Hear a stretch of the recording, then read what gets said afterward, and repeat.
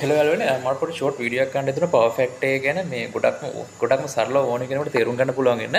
ඒකේදී යාළුවනේ මේ පර්ෆෙක්ට් එක ගැන කතා කරනකොට අපිට ප්‍රධාන වශයෙන් ලෝඩ්ස් වර්ග කතා කරන්න ලෝඩ්ස් වර්ග ගැන කතා කරන්න ඕනේ. ඒකෙන් අපිට ප්‍රධාන වශයෙන් ලෝඩ්ස් වර්ග තුනක් අඳුර ගන්න පුළුවන්. රෙසිස්ටිව් ලෝඩ්, කැපැසිටිව් ලෝඩ් සහ ඉන්ඩක්ටිව් ලෝඩ් විදියට.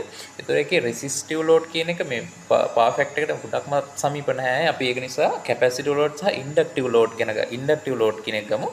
එතකොට ඔයාලා දන්නවා බිල්ඩින් එක වගේ උදාහරණයක් විතර ගත්තොත් එහෙම මෝටර්ස් ට්‍රාන්ස්ෆෝමර්ස් එතකොට පම්ප්ස් වර්ග එහෙම ගත්තාම ගොඩක් වැඩි. එතකොට ඒවා අයිති වෙන්නේ යාළුවනේ ඉන්ඩක්ටිව් ලෝඩ් ගණයට තමයි ඒවා අයිති වෙන්නේ. එතකොට ගත්තොත් එහෙම කැපැසිටිව් ලෝඩ් ගත්තොත් එහෙම ඔය UPS සිස්ටම්ස් එතකොට කැපැසිටර් බැංක් එතකොට ලයිට්ස් වල තියෙන ඩ්‍රයිවර්ස් වගේ දේවල් පොඩි දේවල් තමයි සාමාන්‍ය කැපැසිටිව් ලෝඩ් වලට අයිති වෙන්නේ. එතකොට ඔයාලට ඒක කියනකොටම තේරෙනවා කැපැසිටිව් ලෝඩ් වලට වඩා ඉන්ඩක්ටිව් ලෝඩ් එක කියන එක වැඩි කියලා.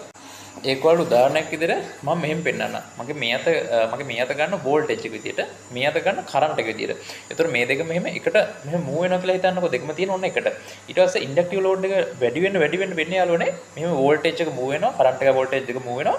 ඊළඟ වෝල්ටේජ් එකට සාපේක්ෂව මෙහෙම කරන්ට් එක ලැග් වෙලා මූව් වෙන්න ගන්නවා. ඒ කියන්නේ ඉන්ඩක්ටිව් ලෝඩ් එක වැඩි වෙනකොට වෙන්නේ මෙහෙම වෝල්ටේජ් එකට සාපේක්ෂව මෙහෙම කරන්ට් එක මෙහෙම ටික පරක් වෙලා තමයි මෙහෙම යන්නේ වෝල්ටේජ් එකත් එක්ක. එතකොට මෙතන පරතරය දිනවනේ. මෙන්න මේ පරතරයට අපි කියනවා යාළුවනේ අපිට කියන්න පුළුවන් රියැක්ටිව් පවර් එක කියලා. ඒ කියන්නේ මේ පරතරය වැඩි වෙන රියැක්ටිව් පවර් එක වැඩි වෙනවා. ඔයාලා දන්නවා රියැක්ටිව් පවර් කියන්නේ කරන්ට් එක වැඩි වෙනවා විතරයි. ඒකෙන් අපිට කිසිම ප්‍රයෝජනයක් වෙන්නේ නැහැ කියලා. එතකොට මෙතන පරතරය අඩු කරන්න අපි පාවිච්චි කරන්න ඕනේ කැපැසිටිව් ලෝඩ් එකක්.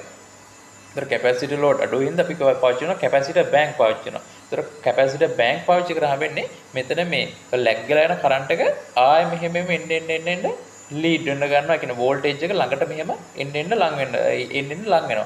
ඒතර අපි මේ ලැග් වෙන එකට අපි කියනවා ලැගින් පවර් ෆැක්ටර් එකක් කියලා යාළුවනේ. ඒතර බලමු යාළුවනේ ඔකේ අනිත් පැත්ත උන මොකද කියලා. ඒ කියන්නේ කැපැසිටිව් ලෝඩ් එක වැඩි වුණොත් එහෙනම් මොකද වෙන්නේ කියලා. දැන් කලින් වෝල්ටේජ් එක මෙහෙම තිබ්බාට මතකයි කරන්ට් එක තිබ්බා උඩින්. දැන් මේකද වෙන්නේ කැපැසිටිව් ලෝඩ් එක වැඩි වෙන්න වෙන්නේ මෙහෙම වෝල්ටේජ් එක කරන්ට් එක මූව් වෙනවා. හැබැයි වෝල්ටේජ් එක පාස් කරලා මෙහෙම කරන්ට් එක ඉස්සරහින් මෙහෙම වෝල්ටේජ් එකට ඉස්සරහින් කරන්ට් එක ලීඩ් වෙලා මෙහෙම යන්න ගන්නවා. ඒතර අපි මේකට කියනවා මෙහෙම ඉස්සරහින් යන නිසා කරන්ට් එක ලීඩින් පවර් ෆැක්ටර් එකක් කියලා. ඒ කියන්නේ වෝල්ටේජ් එකට පරතරය තියාගෙන මේ පරතරයක් තියාගෙන මෙහෙම කරන්ට් එක මූව් වෙන්න ගන්නවා වෝල්ටේජ් එකත් එක්ක. ඒතර මෙතන තියෙන පරතරය අඩු කරන්න ආයෙත් ඒතර මේකත් ප්‍රශ්නයක්. මේක මෙහෙම තියෙන්නත් එහෙම ලීඩ් වෙලා යන්නත් බෑ මේ වෝල්ටේජ් එක කරන්ට් එක.